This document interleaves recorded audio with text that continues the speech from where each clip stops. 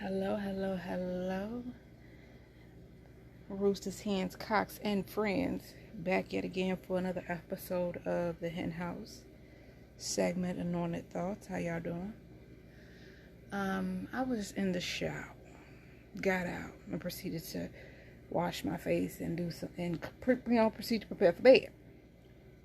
Upon that, something dropped in my mind which provoked my spirit. I said, since the Lord made women to receive, for me, this is me now. Why am I such a giver if I'm meant to receive? He said, I need you to be a giver because as I pour into you, I need you to give to everybody else. And at the same time, I need you to be emptied, to be filled as well. Catch that. Hold that thought, but catch it. I said, okay. So my husband has had a bad day and I've given everything, so I'm empty. He could pour into me and I could take all of that, incubate it, take a negative and make it a positive for him.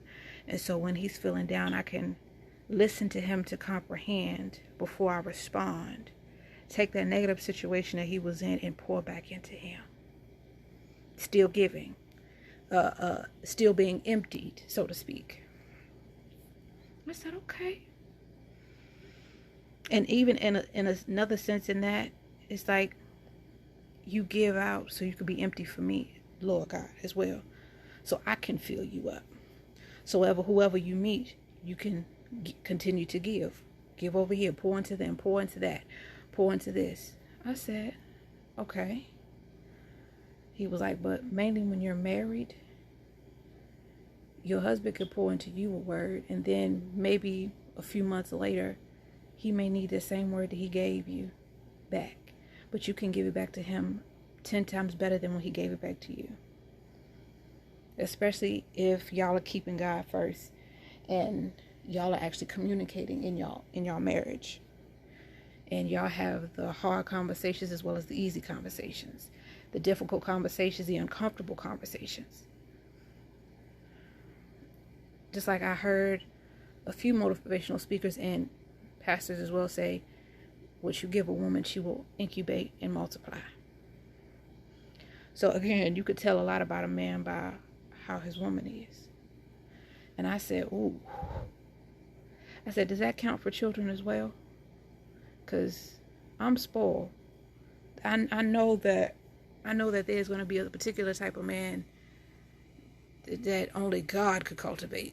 Because when I say I'm spoiled, I have not only my biological father. I have my papa, which is my step-grandfather. I had my great-grandfather. I had my godfather. And I had a big daddy. I had all these men in my life at a very young age growing up, like they spoiled me rotten.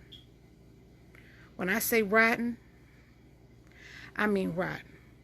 And don't let it be a birthday or a Christmas or special occasion for me. Rotten, okay? There was nothing I couldn't ask for, but thankfully I was a child that I didn't ask for much. And ironically enough, they gave me money all the time. And I said, and even still then, Lord, this dropped in my spirit too. Growing up, even my dad is still to this day, and those individuals that are still alive that I mentioned, still to this day, they'll just give me cash. And I found out that, matter of fact, back up. I said, even growing up, they're preparing me for my husband. And then, lo and behold, I found out that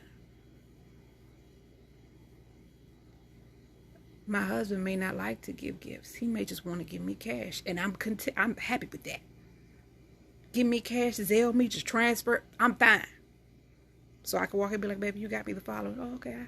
I got good taste. You know what I'm saying? But I'm just like, wow.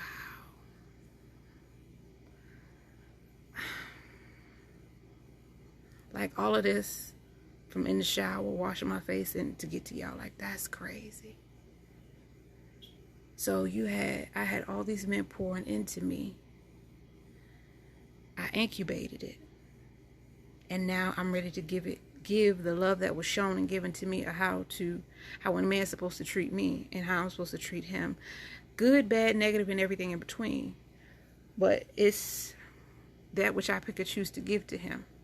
I know how to give to him in a sense of, I'm trying to make you better. I'm trying to pull out something in you that I'm going to say you're skeptical about, or you're scared about, or the enemy is trying to convince you that, nah, you good, you don't need that. No, we need that to come out, because we need to go to this next level. And the higher we up, the demons on every level are going to get hard. I ain't going to say harder to beat, but they're going to tempt and test us. But the ones beneath us, they ain't going to be able to touch us no more. But the higher we go up, the air is different up there, okay? The higher we go up, they ain't going to be able to touch us with the same old stuff, okay?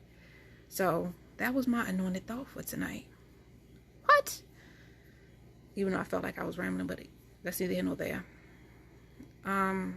Y'all stay gifted and heavily lifted. Peace and love.